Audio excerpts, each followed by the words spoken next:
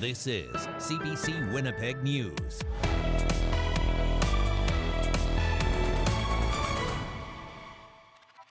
Good evening. Thanks for joining us. Well, get ready for winter. Freezing rain and lots of snow. That's what Manitobans can expect later tonight. Environment and Climate Change Canada says by morning, some areas could see up to 20 centimeters of snow, and it comes with a slate of weather warnings that we will get to. CBC's Felicia Adam is on storm watch. And Felicia, what does it look like out there where you are right now? Well, Brittany, the worst may be yet to come. In some parts of Manitoba, we've seen snow and icy showers already, leaving sidewalks and roads slippery, including right here in Winnipeg. Now, city crews have been out salting the streets, but they still are asking people who will be using those roadways, who will be driving tonight, to drive slowly and drive below the speed limit because visibility could get worse and worse. Mayor Scott Gillingham said today, come what may, city crews are ready to tackle it. They're ready to, clear the roads and the sidewalks when and where the snow comes. And so we're a winter city, and our staff is prepared for a blizzard. Red River College closed its Winnipeg campuses this afternoon, and classes this evening were canceled because of how dangerous road conditions could get. Winnipeg Symphony Orchestra postponed its show in Brandon. Winnipeg Transit is planning for potential reroutes and delays. There will be more people on shift, making sure those services run as smoothly as they can. Winnipeg Airport Authority says there's already been some flight delays. So if you are traveling, make sure you're checking your flight status. And for those at home, high winds could cause power outages. So make sure your devices are charged. For Environment Canada, they are asking people to stay indoors. Don't come outside if it's possible. But here in Winnipeg, for those where that isn't a possibility, Winnipeg community groups have been out trying to get people into warm, safe spaces into tonight for Thursday. And again, Brittany, although right now here in Winnipeg, it doesn't look that bad and there isn't a lot of snow, things could change very quickly and suddenly. All right, thank you. That's CBC's Felicia Adam. Well, let's bring in Riley Lachuk right away. And Riley, we do know that things, as Felicia said, change quickly and they can change dramatically. And we're looking at a situation like that could happen in just, a few hours. Yeah, exactly, Brittany. We've already seen some of this precipitation begin in Manitoba through the parkland, certainly getting into some snow into the Interlake in Winnipeg right now, into a bit of a dry slot right now. But a good chunk of southwestern Manitoba, even here in Winnipeg, getting some freezing rain through the morning and the afternoon as the warm front associated with this system nudged into the province. The center of the low itself still all the way back into parts of Saskatchewan. So that's why I say we're at the beginning of this. We are going to start to get into more of the snow as we get through the night tonight, and the wind will start to pick up as well as we get through the overnight hours. So we do have an orange level blizzard warning in place for virtually all of southern Manitoba, Winnipeg, Brandon, through the Interlake. This is because we are looking at that snow moving through the overnight hours. Fairly widespread in nature, near zero visibility at times as we see wind gusts of up to 90 kilometers an hour in some cases. So good night to stay off the highways.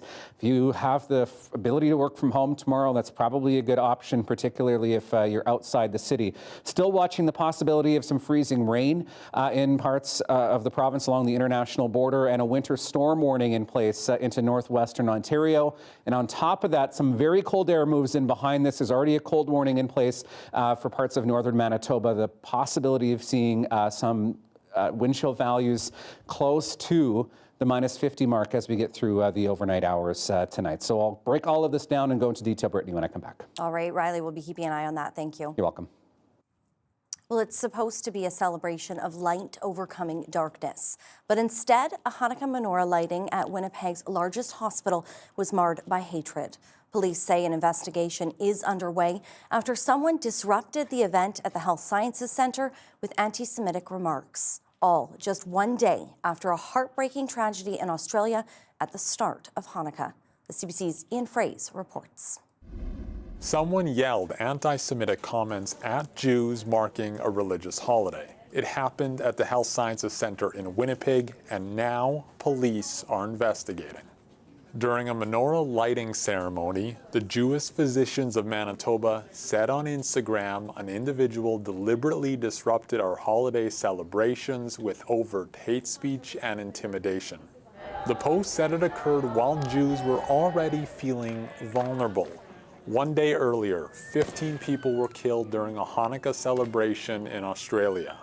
Closer to home, the head of the Jewish Federation of Winnipeg spoke to somebody who was at the HSC menorah lighting. This person really felt like they were being violated when this happened. You're there for a happy occasion. You're celebrating, a festival of lights, and then all of a sudden, somebody just comes by and starts shouting, hatred towards Jewish people. Jeff Lieberman says others were left shaken. People that had to go to the washroom because they were just that upset and needed just to move away from that space. Community leader Belle Jarneski is attending a conference in Jerusalem. She says even Israeli delegates are hearing about the anti-Semitism in Canada. It seems so ironic that people who have gone through what they have in the last 2 years are worried about us. Given the spike in anti-Semitism, she says the incident at HSC comes as no surprise. Ian Fraze, CBC News, Winnipeg. The Manitoba Nurses Union has officially grey-listed Northern Manitoba's largest hospital. The union is now warning new nurse candidates they should avoid working at Thompson General Hospital due to what it says are ongoing safety issues. Today's move came after 2 incidents, a shooting at the hospital last Christmas Eve and a patient stabbing in September. MNU President Darlene Jackson says the union made 14 requests to improve safety at the hospital, including hiring ISOs or institutional safety officers. This just puts pressure on and says, hey, we haven't forgotten. You promised us ISOs. You promised us a safer facility. You promised us to lock some doors down. And we're waiting for that to happen. And we're not waiting any longer. 97% of members voted in favor of grey listing last month. The Northern Health Region runs the Thompson Hospital. In a statement sent to CBC, the NHR says it plans to hire more ISOs and address other issues. A Winnipeg nonprofit is getting ready to open 6 new transitional housing units. The prefabricated homes arrived last month from southern Manitoba and landed in the city's West End. As CBC's Josh Crabb reports, the suites are to help people out of homelessness, and they're filling a void in a neighborhood riddled with vacant lots. This is one of 6 new transitional units in the West End, which will soon give people experiencing homelessness a place to stay. They belong to the Spence Neighborhood Association. The city gave us land, 2 separate infill properties in our communities. So we've built 2 modular buildings on each site. They're identical. They each have 3 transitional housing units in them. One's on Langside, the other on Sherbrooke Street. Each of the units is 260 square feet. They have a kitchenette, accessible washroom, and small living area. Housing Development Coordinator Benjamin Simcoe says a fridge, microwave, and bed are on the way. Folks will have everything that they need to live, and we will have our housing workers nearby providing wraparound supports, everything that somebody needs to get stable and get into permanent housing. People could start moving into these units in early January. They're mainly geared towards people between the ages of 18 and 26 who are experiencing homelessness. They'll be connected with a worker from the Spence Neighborhood Association who can help them with income, health, and mental health supports. It was just nice to see some new life being brought back into the neighborhood. Cheryl Martins lives nearby on Furby Street. She wants to see other vacant lots in the neighborhood filled with housing.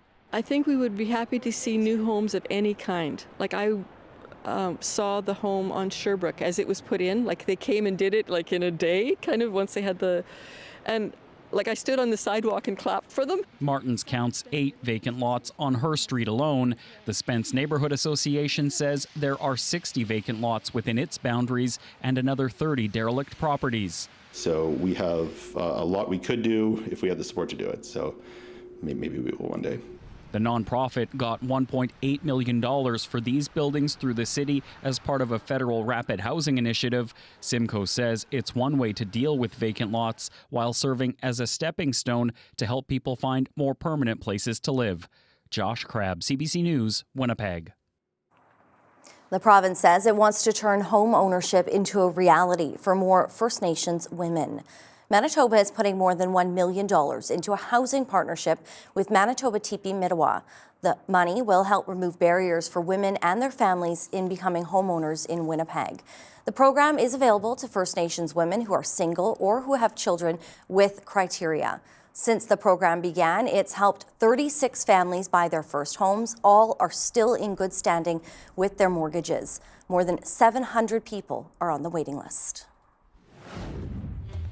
The push for more firefighters. How many more could soon be hired? And the sped up timeline to do it. That's next.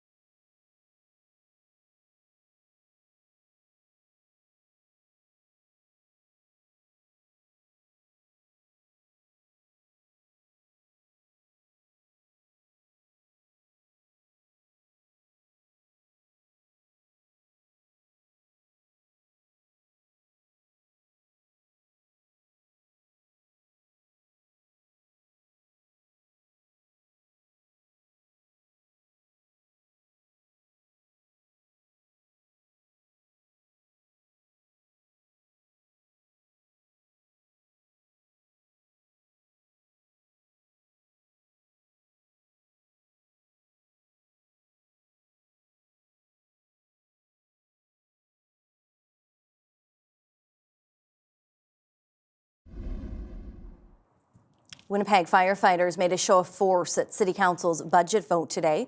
They want more money to hire dozens more frontline responders to cut down on overtime and burnout. And after a last-minute change, the firefighters got at least some of what they wanted. CBC's Cameron McLean has more. They came wearing bright yellow United Firefighters of Winnipeg t-shirts to send a message about the costs of chronic overtime. This budget does not reflect the reality of the work we do. Firefighter Adrienne Hobbs told councillors she has responded to many calls involving death and serious injury, including children. These are not rare calls. They are routine. And these examples all happened on overtime. Extra shifts, extra trauma. The city currently spends around $10 million every year on overtime for firefighters. The draft 2026 budget included funding to add 10 more firefighters to a resource pool. But the department has said they need dozens more, as many as 80, to meet current demand. At the final council vote on the budget Wednesday, Councillor Cindy Gilroy brought a motion to double the number of new firefighters next year to 20, with a plan to add 20 more in 2027. I think we're at a crisis point. We need the staff out there for fire and paramedics delivering the service that we really, really desperately need. The extra hires are expected to cost between $300,000 and $400,000, funded through the Fiscal Stabilization Reserve. United Firefighters of Winnipeg President Nick Casper says the motion provides resources where they're needed, but it won't eliminate the problem of overtime. We're still going to be back this time next year asking for millions upon millions of overtime dollars, even if they double it today. We need to take a bite out of this. All in favor, please rise. The amendment passed unanimously. Mayor Scott Gillingham called that a rare event.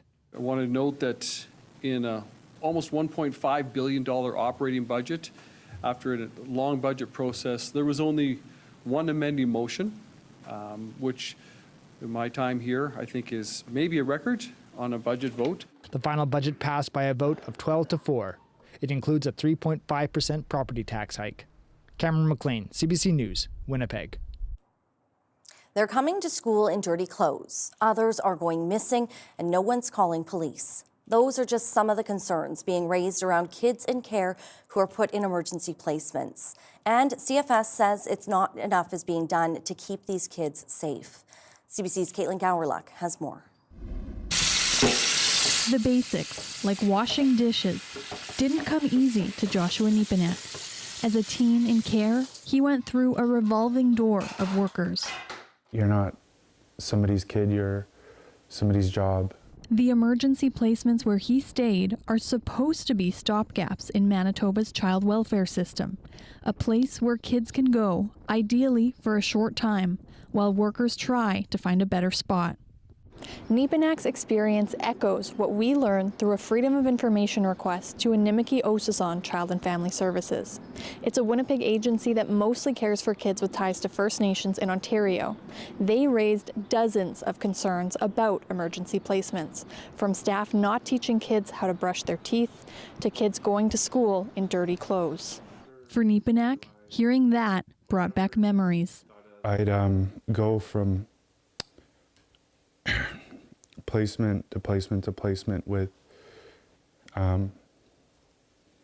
like a little garbage bag of clothing. Other issues raised in the agency's Freedom of Information response include staff refusing to take children for free outings, such as trick-or-treating on Halloween, and not calling Winnipeg Police missing persons to file a report when a kid doesn't return. In one case, a worker also refused to do training recommended by a pediatrician to care for a child's eczema. Jamie Fow says one of her foster kids spent time in an emergency placement before coming to her. She's not surprised to hear concerns about staff there. They go into it with good intentions. Very quickly, I think they're overwhelmed and are probably shocked at the behaviors and the lack of resources and supports. One expert says to fix those issues, we need to know why they're happening. Is this a result of these overarching issues of lack of staff, lack of resources, lack of oversight? All of those things need to be addressed. Families Minister Nahanni Fontaine says it's up to agencies to report problems so the province can investigate. Nimikie Osison Child and Family Services says it has reported issues with emergency placements. Why do we have them if they're not doing what they're meant to do? Joshua Niepenek wonders if there's a better way to care for kids who have nowhere else to go. Caitlin Gowerlock, CBC News, Winnipeg.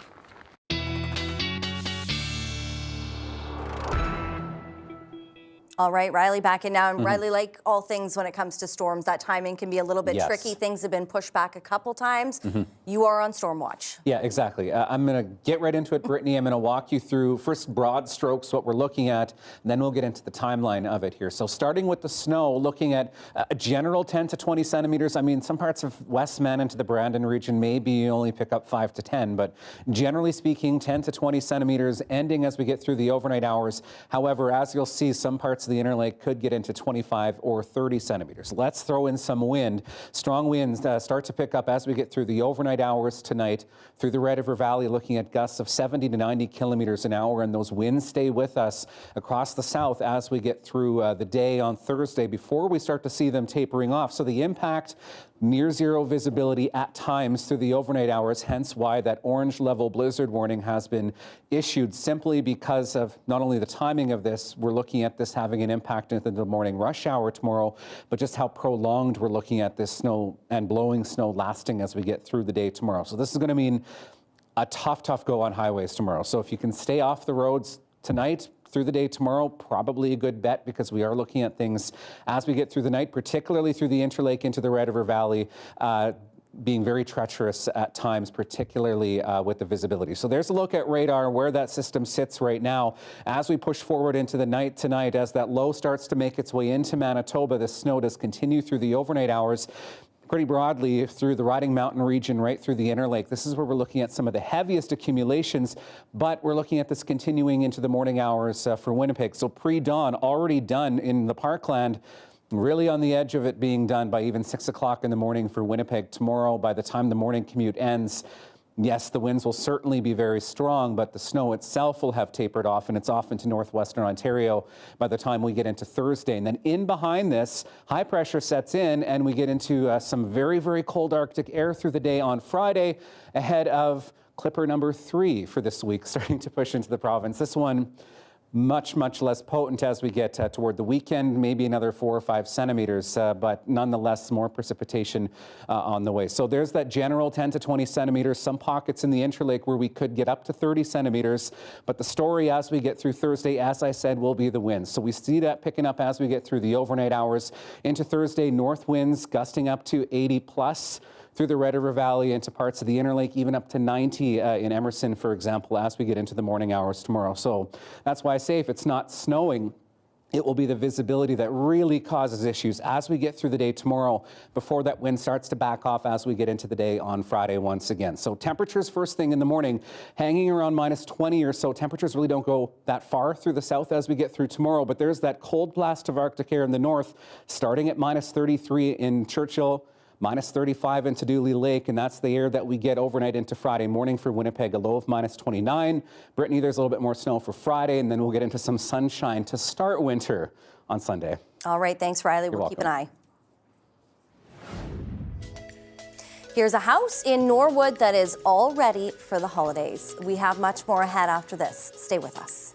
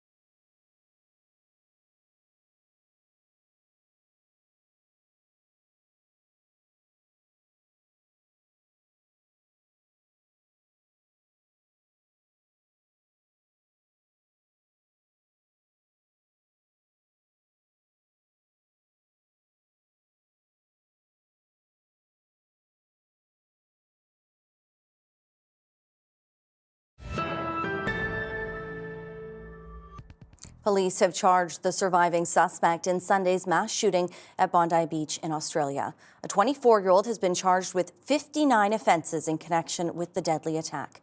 It's alleged he and his father opened fire at a Hanukkah celebration, killing 15 people. The 50-year-old father was shot dead by police at the scene. The CBC's Georgie Smythe reports on what happens to the surviving suspect now. Police had been waiting for Naveed Akram to wake up from a coma to be able to have an interview with them before they laid these significant charges. They include 15 counts of murder, 40 counts of wounding with intent to murder, committing a terrorist act, and placing an explosive near a building. We also got an update from the state government here about their plans to push through emergency laws to further restrict gun ownership in the state of New South Wales. To cap the number of firearms, to reclassify straight pull-up and pump-action shotguns, to look at reducing magazine capacity for shotguns, for prohibiting belt-fed magazines in those shotguns. The federal government is expected to follow suit soon. There's also some more stories emerging about the heroism that was seen during the terrifying moments of Sunday night. Look at this footage of victim Reuven Morrison throwing bricks at an attacker before he was shot and killed. His daughter told media that he went down fighting to protect the people that he loved. Look at this dash cam video as well of Boris and Sophia Gurman, who disarmed a gunman before they too were killed. There's also some remarkable stories by lifeguards and what they did to respond to this emergency situation at the park here. They were among the first responders on scene. Once I realised the enormity of the event and there were still active shooters, they grabbed every rescue board they had in the surf club, and the rescue boards are normally used to rescuing people out in the surf. That's what you see, those yellow boards, and they paddle out there. They grab those to use as makeshift stretchers. And remembering some of these brave acts is what's keeping the community here going, remembering people who gave their lives in some cases to protect each other. Georgie Smythe, CBC News, Sydney. Donald Trump says he's ordering a blockade of all sanctioned oil tankers entering and leaving Venezuela. It's the latest move by the U.S. to intensify pressure on the country's leader, Nicolas Maduro, something the Venezuelan government is calling a grotesque threat. Willie Lowry has the latest from Washington. President Donald Trump using the might of the U.S. military to attempt to essentially cut Venezuela off from the rest of the world. In a lengthy post on social media, Trump said the country was, quote, completely surrounded by what he called the largest armada in the history of South America. He had ordered a, quote, total and complete blockade of all sanctioned oil tankers going into and out of Venezuela. He also accused the government of being a designated foreign terrorist organization and demanded that it return oil, land, and other assets that he alleges were stolen from the U.S. Now, this appears to be a reference to when Caracas nationalized its oil industry back in the mid-1970s. This blockade comes a week after the U.S. seized an oil tanker in the Caribbean that was carrying Venezuelan oil to Cuba. Trump has openly mused about regime change in an explosive story in Vanity Fair. Trump's chief of staff, Susie Wiles, was quoted as saying that Trump wants to, quote, keep on blowing boats up until Maduro cries uncle. It's important to note here that Wiles has said much of what she was quoted as saying in that article was taken out of context. But there is bipartisan dislike of Venezuelan President Nicolas Maduro here in the U.S., and Washington views him as illegitimate. But the appetite for his ouster appears to fall along party lines. If this is about regime change, it seems to me that the administration should say that's what it is and should come to Congress to ask for that authorization, which has not taken place. Senate Republican Lindsey Graham, for his part, said all of these actions need to be leading to a desired outcome. If after all this, Maduro is still in power, that's the worst possible signal you could send to Russia, China, Iran. Maduro has made it clear that he does not want a war with the U.S., but he has shown little interest in stepping down. Willie Lowry, CBC News, Washington. Now to the latest in the investigation into the stabbing deaths of Hollywood director Rob Reiner and his wife Michelle. The couple's son, Nick Reiner, made a brief court appearance in Los Angeles Wednesday. The 32-year-old was arrested hours after the bodies of his parents were discovered on Sunday. He's been charged with 2 counts of first-degree murder. Journalist Steve Futterman has details from outside the court.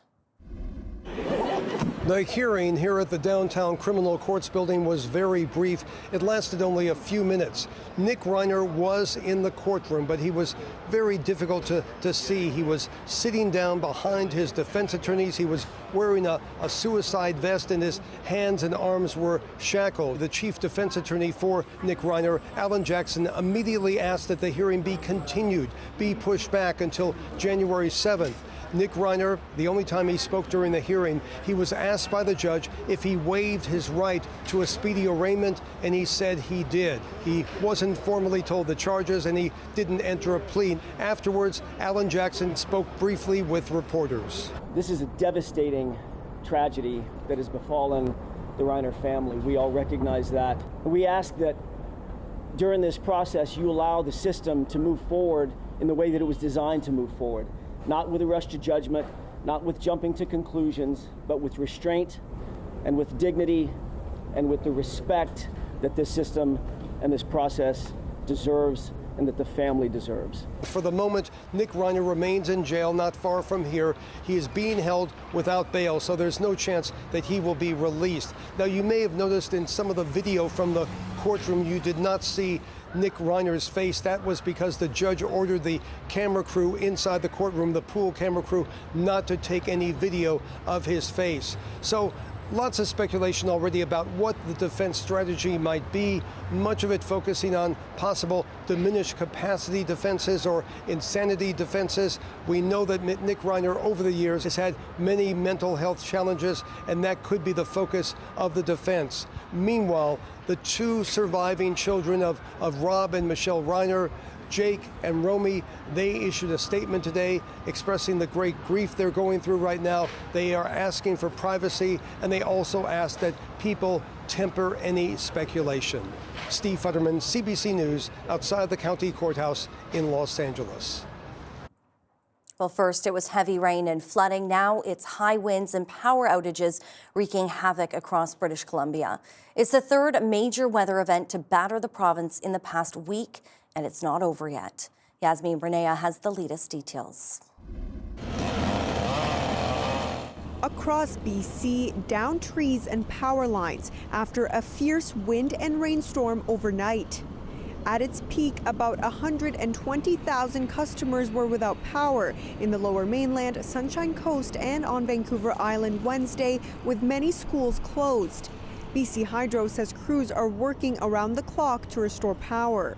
Over the past few years, we have undergone a historic drought, and that has caused some drought that weakened and damaged trees on the system that are more susceptible to break and snap and come into contact with our electrical infrastructure. BC has been battling severe weather conditions for a week. An atmospheric river hit the Fraser Valley last Wednesday, triggering states of local emergency, forcing hundreds to evacuate and shutting down major highways. And earlier this week, tragedy struck after a Chilliwack woman was killed by a falling tree following another windstorm. Parts of Abbotsford and Chilliwack remain under flood warning, meaning river levels have exceeded or are expected to imminently exceed riverbanks, resulting in flooding in nearby areas. Wind warnings are also still in effect in the region. Environment Canada says winds could still lead to more tree damage, power outages, and travel delays. It recommends people secure loose outdoor objects around their homes and stay away from fallen power lines. Yasmin Renea, CBC News, Abbotsford, British Columbia. Prime Minister Mark Carney sat down with CBC News Wednesday afternoon for a year-end interview to talk about his first months in office, including what his minority government has and has not achieved so far. Chief Political Correspondent Rosemary Barton asked him about the recent defections from the opposition Conservative Party, which have put the Liberals just one seat shy of a majority. When I spoke to Pierre Poilievre recently, his message to you was that if you want a majority, you have to go back to the Canadian people to get it and not do it, by his words, dirty backroom deals. Are you comfortable getting a majority by people crossing the floor? Well, we're in a parliament, and when we pass legislation, we need more people voting for it than against it. I mean, that's the way. Last time I checked, that's the way Parliament works. Right, but that's not what you're doing now. Now you're attracting MPs to the party. MPs are attracted to what we're doing. So there's no active recruitment happening? Premiers are attracted to what we're doing. Right. Premier Ford will be here tomorrow. We'll make a major announcement of cooperation. The Conservative Premier of Ontario. I want to go back to what my question was, which was, are you comfortable getting a majority government through people crossing the floor? I am comfortable commanding the confidence of the House of Commons and getting through the House of Commons, getting support in the House of Commons and votes, and obviously votes and support in the House of Commons for legislation that is going to protect Canadian communities, that's going to build this country, is going to make our country more independent, more sustainable, more prosperous. Are there You can watch the full CBC News special, a year-end interview with Prime Minister Mark Carney on Christmas Day on CBC TV and wherever you stream CBC News. Coming up, it's a big part of a Canadian childhood, but is climbing snow hills too dangerous? Some parents say new safety guidelines are slippery school slopes is too much. That story straight ahead.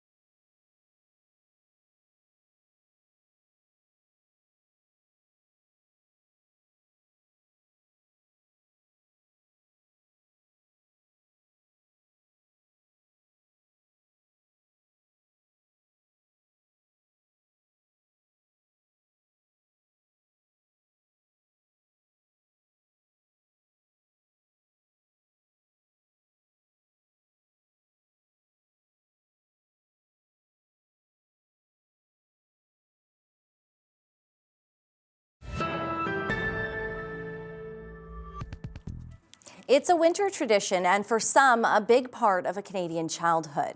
But new safety guidelines for Quebec schoolyards are sparking controversy. The recommendations offer complex rules for how kids can play on mounds of snow.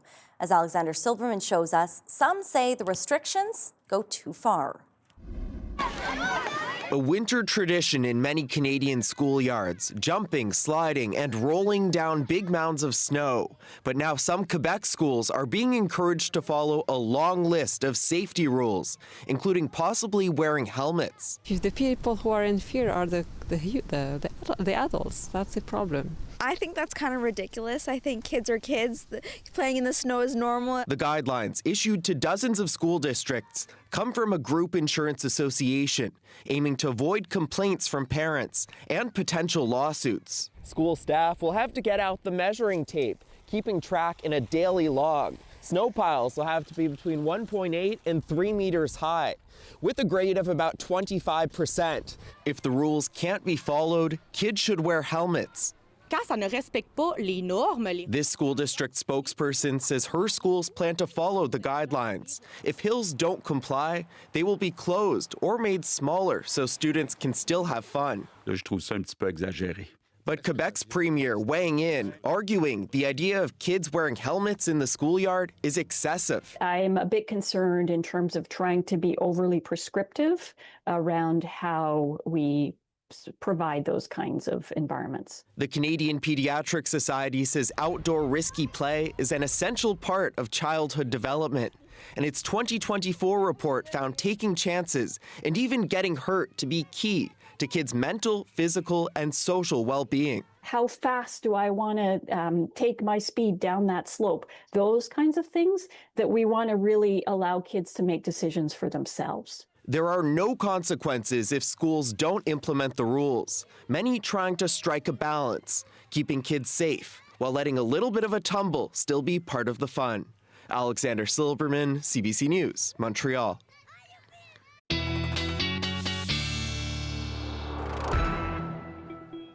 All right, well, no rule like that here in Manitoba, but you might want to get the tape measure out because some of those mounds might be getting a little bit bigger. Yeah, exactly. And get the warm winter gear out as well because kids might get a bit wet tomorrow. Exactly. In some of that snow.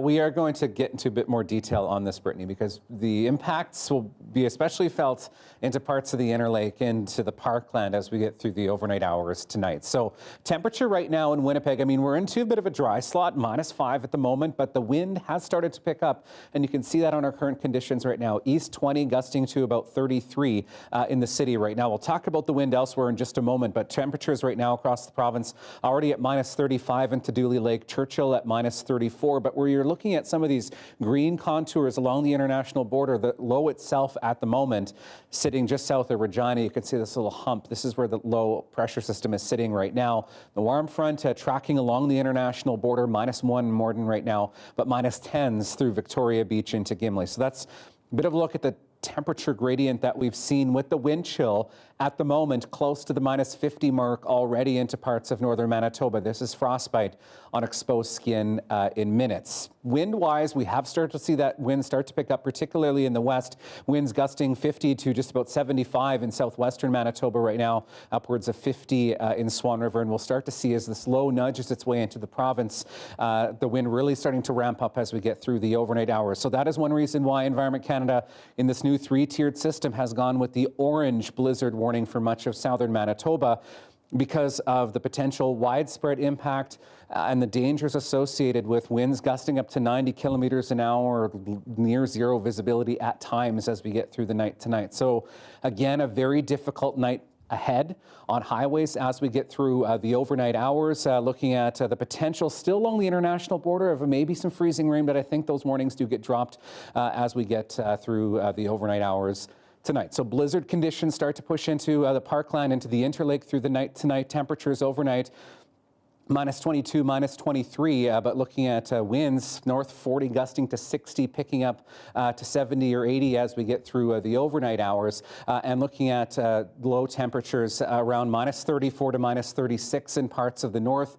This is where we have that cold warning in place with the potential of seeing wind chill values minus 45 to minus 50 through the overnight hours. Again, frostbite on exposed skin in minutes, so dangerous cold in northern Manitoba. We're looking at temperatures barely getting out of minus 30 tomorrow afternoon. Mostly sunny skies. I mean, maybe a few clouds here and there. But in the south, the story tomorrow, certainly the wind. I mean, even by 7 o'clock, we're getting into a little bit of clearing already into parts of western Manitoba. Temperatures really not going anywhere through the day tomorrow. If anything, even falling a couple of degrees through the day. But the snow, that line starts to push southeastward into northwestern Ontario through the morning hours. So by the morning commute, pretty much wrapped up. But again, the story tomorrow, certainly the wind with gusts upwards of 70, 80, even 90 kilometers an hour, Brittany, as we get through the day. So certainly a day to stay off the roads tomorrow if you can. All right, thanks, Riley. You're welcome. They're the largest predators in the land, but their maternal instincts may be just as strong. A female polar bear in Churchill has adopted a cub that isn't hers. The mama bear already had a cub of her own, but was recently spotted with another one in tow. The step siblings are around 10 and 11 months old. A polar bear research scientist with Environment and Climate Change Canada explains how they made the discovery. In March of this year, we caught a female. She had one cub, and we left and she went back out on the sea ice. And then we came back in the fall to check upon various bears again. And when we ran into this female a second time, she had a second cub. And when we catch the bears, we put little tags in their ears so we can identify them over the long term and track individuals through their life. And when we landed the helicopter and approached this family group, one of the cubs had tags and one of them didn't. So we started scratching our heads because that was obviously a cue that this bear was new to this family group. Cub adoption is fairly rare in polar bears. It's been documented in other places like Norway and the Canadian high Arctic, and in particular in the Western Hudson Bay polar bear population that occupies the area around Churchill. This is the 13th case of cub adoption we've documented over a 45-year study. So it's 1% of all litters have any indication of cub adoption. So we don't know anything about the adopted cub's mother yet, but we are running genetics samples. So just kind of like CSI on TV, we can match individual genotypes and look at paternity and maternity. And so we can take this cub's genotype and then we'll balance it against the pedigree we have that has over 4,600 individual bears that we've sampled over 45 years. And we can see if its mom is still alive and in the study population. In some of the previous cases of cub adoption, this has been the case. So mom was still alive, known to be alive, and somehow the family groups get separated. And then, another mother takes these lone cubs on and care for them in the long term. Polar bear mothers are pretty amazing. They're pretty fierce. I mean, they'll defend their cubs at all costs. And, cub adoption and offspring adoption in general in mammals has been documented in 60 different species. And so it really looks like, female mammals and particularly female polar bears are just maternally primed to take care of their young, and that, they really can't help themselves. If there's a lone cub that's bawling on the tundra, they just, can't help themselves, and they take them on. And we do know from our long-term research that many of these cubs do survive. So it's not just a chance encounter and the cub just kind of follows her around for, a month or two. It really looks like they do take care of them and help increase their chances of survival. 11 First Nations in Manitoba's north have established a new political entity. The Sovereign Keewatin Nations Grand Council, or Sky Nations, will be the voice of the Northern Nations on issues that impact their people and the land. They're currently unified through the Keewatin Tribal Council, which was created to deliver programs and services funded by Canada. KTC Grand Chief Walter Westesakut says the new Grand Council marks more than a political milestone. Priorities right now are to secure our ancestral lands, make sure that any activity that is proposed on our ancestral lands comes through us and no one else. Westesakut says this means existing operations on their ancestral lands will be reviewed and new projects may be stopped. Students at one Winnipeg school will soon have a new green space to study in. Ottawa is putting in $50,000 towards new outdoor spaces at Nelson McIntyre Collegiate. The project creates a garden to support land-based learning, including a pathway, gathering space with naturalized seating, and a dedicated area for Indigenous ceremonies. It will be surrounded by trees and an orchard for the community to use. The Feds say investing in these projects helps create a safe and welcoming space. The idea is that it will become a place where we will learn with the land, and the land can also be our teacher, and we will learn through Indigenous perspectives and through our discipline or curriculum or subject area together at the same time to understand both Indigenous and traditional knowledge and Western perspectives together. The school division is also putting in $12,500 to the project. Still ahead, 'tis the season for ice and snow, but it's not stopping one Alberta community from pulling out the trolley. We'll have that story next.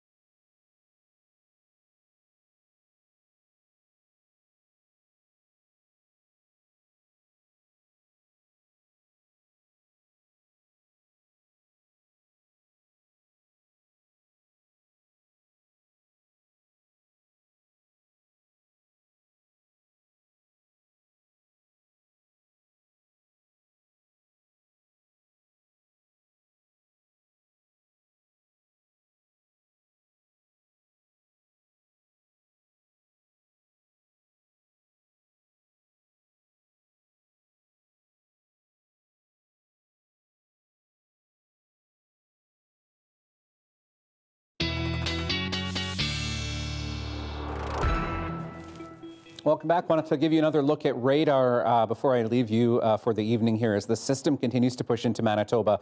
Into a bit of a dry slot earlier in Winnipeg, but we're starting to get into a few flurries once again. But as expected, the bulk of the snow centered through the Interlake and through the Riding Mountain region. And keep in mind, the center of this low is still off into southern Saskatchewan. So this will push through the province as we get through the night. Expect a very windy day tomorrow. Temperature around -20, give or take a couple of degrees by the time we get into the afternoon.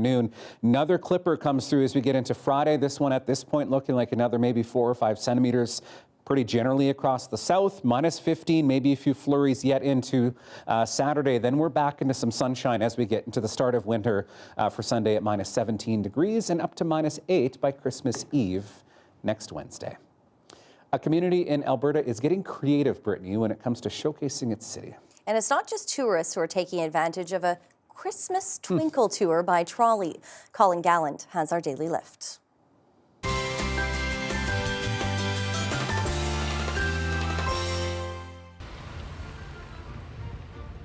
'Tis the season for ice and snow, but that doesn't stop the Sunshine Trolley in Medicine Hat. On this December evening, it's carting merrymakers around to look at Christmas lights, part of a growing success story for this unique tourist attraction that started with a question. Saying, why not? 6 or 7 years ago, and then there just aren't that many communities in Canada who have trolleys. The city's tourism provider needed a hook to promote the city's warm climate and history. Enter the Sunshine Trolley, a replica streetcar built on a diesel-powered chassis. The first one was driven here from Newfoundland in 2019. This year, a second all-season vehicle came on a flatbed from Texas. Now it's got snow tires and carries Christmas spirit on the Canadian prairie. The Holly Jolly Twinkle Tour offers 2 trips each night in December, showing riders the best yards, biggest displays, 90 minutes of timeless tradition. The trolley doesn't stop at Christmas. It offers a whole range of tours throughout the year, adding up to hundreds of trips. We're doing easily over 300 a year. So the demand is there, and every time we post a new tour, some fun idea we thought of, it almost always sells out. Colin Gallant, CBC News, Medicine Hat. Riley, I love this, and I would like to go on a Twinkle Tour. Should bring that here. Right? That would sell out every single night. There is a trolley that goes around the exchange. I know that. We could do a Twinkle Tour, maybe not tonight or tomorrow with that snow, but let's get on it. Be safe. Have a great night. Have a great night.